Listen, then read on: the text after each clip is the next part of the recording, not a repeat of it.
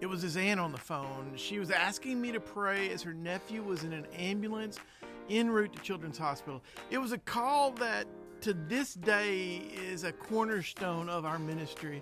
I'm Drew, and in 2009 when I founded Every Arkansan, I was so naive about so many issues. I didn't understand poverty or trauma or what life was really like for so many Arkansans.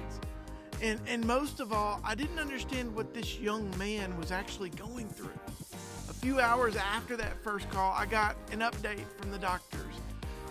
They believed it was a simple panic attack, so they went ahead and just sent him home. And when I met him a few years before, he was a well-mannered kid, did okay in school, loved everything sports, but his home life, it was a complete disaster. And so it made sense to me. But we were all wrong. On the outside, this young man looked so normal, but on the inside, there was a ticking time bomb. But that same night when he was rushed to the emergency room for the second time, the truth was revealed, and that truth is what changed the way I understand hunger. His blood test revealed he was suffering from malnutrition. Malnutrition? Doesn't that only happen in some other country? I never knew children in Arkansas suffer from a lack of the right kinds of food as well. His body was missing the vitamins he needed to grow. His body was actually eating itself due to a lack of protein. And when I asked him what he ate at home, he listed sodas, hot chips, ramen noodles, mac and cheese as his main foods. His diet consisted almost purely of carbohydrates and sugars. He was sick. The word hunger doesn't just mean an empty fridge. True hunger goes much deeper.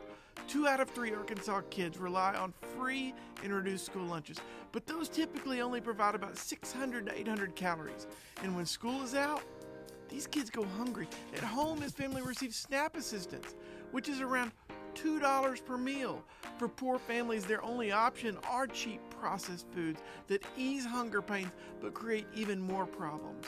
Problems like being antisocial, being aggressive, obesity, lack of focus in school. Stories like this one pushed us to invest heavily in making sure kids are getting what they need in the way of food. But we don't just hand meals out to kids. We sit down with those children.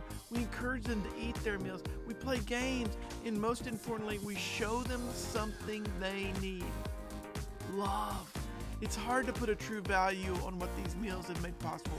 But I can tell you, in this young man's life, he graduated high school. He has a good paying job. And he sees the impact of hunger and what it did to him.